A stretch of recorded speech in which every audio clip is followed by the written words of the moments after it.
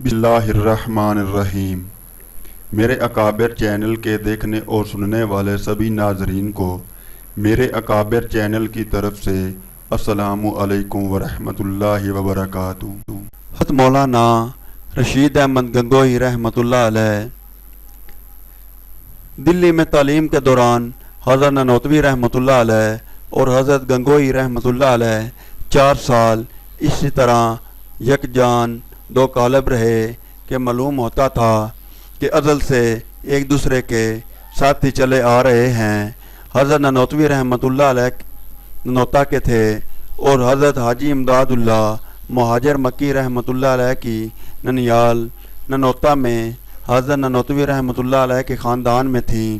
اس طرح آپس میں خاندانی رابطہ بھی تھا اور حضرت حاجی صاحب رحمۃ اللہ علیہ کی ہمشیرہ بھی نانوتا میں بیاہی ہوئی تھی، اس لیے حاجی صاحب اکثر نانوتا تشریف لاتے تو حضرت مولانا محمد قاسم رحمۃ اللہ علیہ اور حضرت مولانا محمد یعقوب دونوں حاضر خدمت ہوتے۔ حضرت نانوتوی رحمۃ اللہ علیہ تمام ساتھیوں سے عموماً اور خصوصی رفیق و محب حضرت گنگوہی رحمۃ اللہ علیہ سے خصوصاً حاجی صاحب کا تذکرہ کرتے رہتے تھے۔ حضرت حاجی صاحب رحمۃ اللہ علیہ کی جو پہلی زیارت حضرت گنگوہی رحمۃ اللہ علیہ نے کی وہ یہیں دلی میں حضرت مولانا مملوک علی کے ہاں ہوئی۔ دونوں بزرگ دلی میں جب پڑھتے تھے تو مولانا مملوک علی سے عرض کیا کہ سلم پڑھا دیجئے۔ انہوں نے فرصت نہ ہونے کی وجہ سے انکار کر دیا۔ آخر شاگردوں کے اصرار پر ہفتہ میں 2 دن مقرر ہوئے۔ ایک دن سبق ہو رہا تھا کہ ایک بزرگ تشریف لائے۔ یہ کون تھے؟ یہ قصہ حضرت گنگوہی رحمۃ اللہ علیہ کی زبانی سنیے۔ ہفتہ میں سلم کے 2 سبق ہونے لگے تو اس سبق کی ہمیں بڑی قدر تھی۔ ایک روز یہی سبق ہو رہا تھا کہ ایک شخص نیلی لنگی کندھے پر ڈالے ہوئے آ نکلے اور ان کو دیکھ کر حضرت مولوی صاحب ماں تمام مجمع کے کھڑے ہو گئے اور فرمایا کہ لو بھائی حاجی صاحب آ گئے، حاجی صاحب آ گئے، اور مخاطب ہو کر فرمایا کہ لو بھائی رشید اب سبق پھر ہوگا۔ مجھے سبق کا بہت افسوس ہوا اور میں نے مولوی محمد قاسم سے کہا کہ بھائی یہ اچھا حاجی آیا، ہمارا سبق ہی رہ گیا۔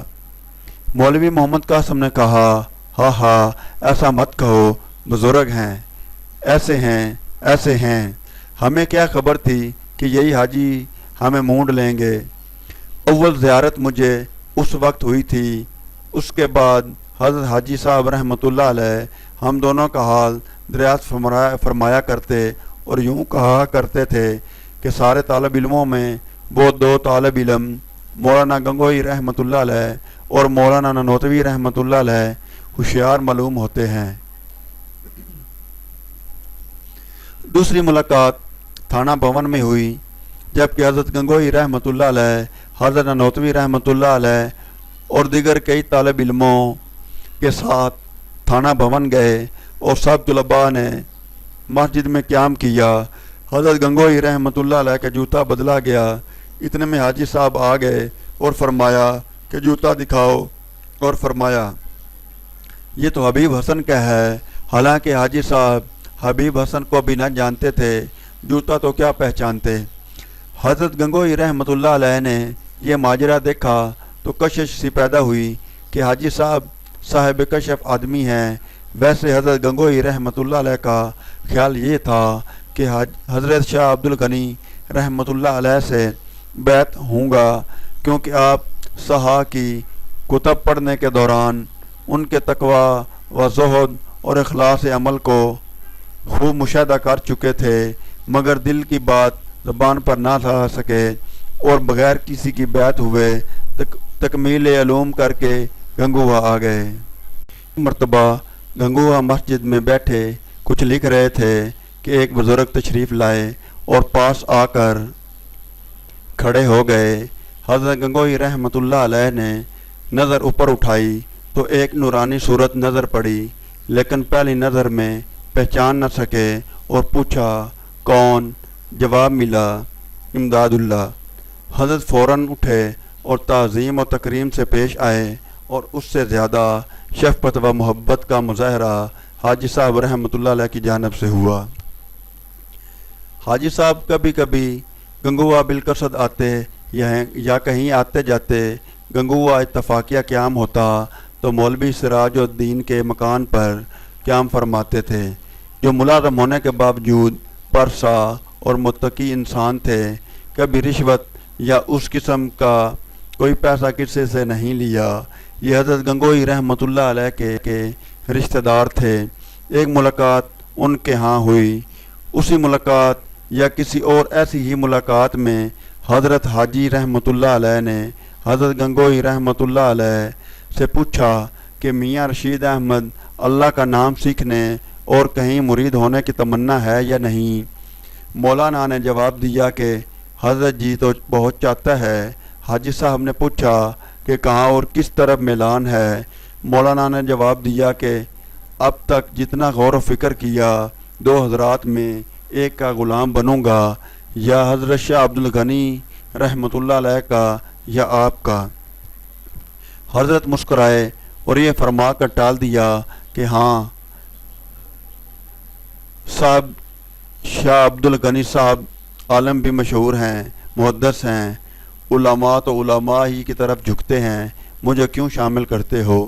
میں بیچارہ پڑھا نہ لکھا۔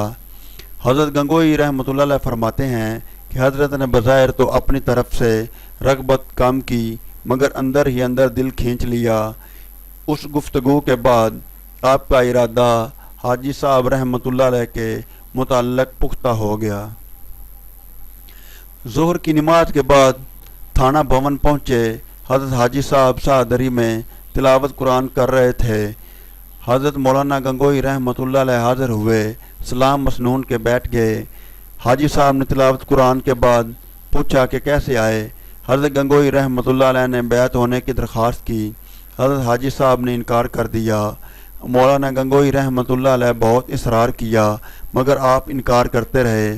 2-3 دن گزر گئے کہ حضرت حافظ دامن رحمۃ اللہ علیہ شہید نے آنے کا سبب اور حال دل پوچھا تو آپ نے بے اختیار فرمایا کہ جدھر دل کا میلان ہے وہ قبول نہیں کرتے، دوسرے اپنی طرف کھینچتے ہیں۔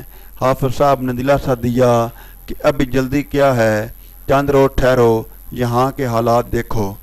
آخر جب آپ کی پختگی ہر طرح ظاہر ہو گئی تو حافظ صاحب نے حضرت حاجی صاحب رحمۃ اللہ علیہ کی خدمت میں سفارش کا اجر حاصل کیا، اور 2-3 دن بعد حاجی صاحب رحمۃ اللہ علیہ نے آپ کو سلاسل اربع میں بیعت فرما لیا۔ حضرت مولانا رشید احمد گنگوئی رحمۃ اللہ علیہ علماء میں سب سے پہلے شخص تھے جنہوں نے حضرت حاجی صاحب رحمۃ اللہ علیہ سے بیعت کی تھی۔ اس کے بعد تو اس کثرت سے علماء بیعت ہوئے کہ اس کی مثال شاید دنیا میں ایک آدھی مل سکے۔ 700-800 کے قریب علماء حاجی صاحب رحمۃ اللہ علیہ کے مرید تھے۔ عوام کا تو پوچھنا ہی کیا۔ اس چیز کی بشارت حضور اکرم صلی اللہ علیہ وسلم حاجی صاحب کو ایک خواب کے ذریعے دے چکے تھے، اور یہ اسی بشارت کا ثمرہ تھا، اور بشارت حاجی صاحب کے مقام و مرتبہ کی وجہ سے تھی۔ حضرت مولانا محمد قاسم نانوتوی رحمۃ اللہ علیہ ابھی تک بیعت نہیں ہوئے تھے۔ یہ جب قصہ تھا کہ حضرت نانوتوی رحمۃ اللہ علیہ کے تعریف کرنے سے حضرت گنگوئی رحمۃ اللہ علیہ کا ملان ہوا، لیکن حضرت نانوتوی رحمۃ اللہ علیہ کو حضرت گنگوئی رحمۃ اللہ علیہ نے سفارش کر کے بیعت کرایا۔ حضرت مولانا رحمۃ اللہ علیہ گنگوا واپس تشریف لائے تو حالت بالکل بدل چکی تھی۔ نہ کھانے کا ہوش تھا، نہ پینے پہننے کا، ہر وقت استغراق و محویت اور تفکر کے عالم میں رہتے۔ اکثر تمام شب روتے گزر جاتی۔ والدہ ماجدہ نے نیلے رنگ کی رضائی تیار کی تھی کہ مسجد کو شب آتے جاتے خنقی سے محفوظ رکھے۔ مولانا کی گریہ و زاری کے سبب آنسوؤں کی اس قدر کثرت تھی کہ رضائی سے پونچھتے پونچھتے اس کا کئی جگہ سے رنگ تبدیل ہو گیا۔ آپ آخر شب مسجد میں اس انداز و جذب و کیفیت سے ذکر کرتے، ایسا معلوم ہوتا کہ ساری مسجد کانپ رہی ہے۔ خود پر جو حالت گزری ہوگی اس کی تو کسی کو کیا خبر۔ اسی اثناء میں حاجی صاحب رحمۃ اللہ علیہ گنگوا تشریف لائے اور مرید کو اپنے مرشد کی مہربانی اور خدمت کرنے کا موقع ملا، اور اب تو ساری زندگی کا تعلق قائم ہو گیا تھا، اور مخلص مرشد کا جو تعلق صحیح مرشد سے ہونا چاہیے اور اچھے شیخ کی جو عنایات قابل اور ذی استعداد مرید پر ہونا چاہیے اس کا سلسلہ شروع ہو گیا تھا۔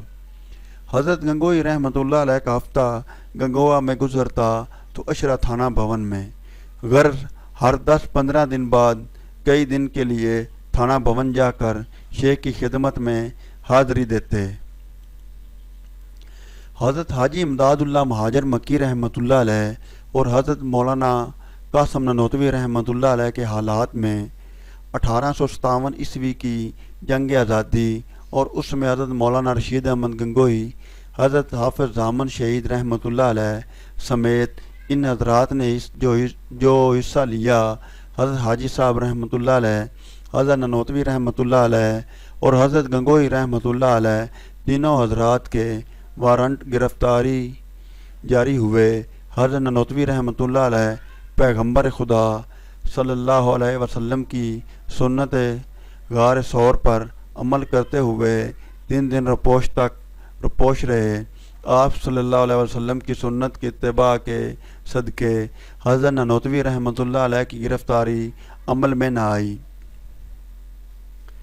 حضرت حاجی صاحب رحمۃ اللہ علیہ نے ہجرت کا ارادہ فرمایا اور خفیہ طریقے سے ساحل کی راہ لی۔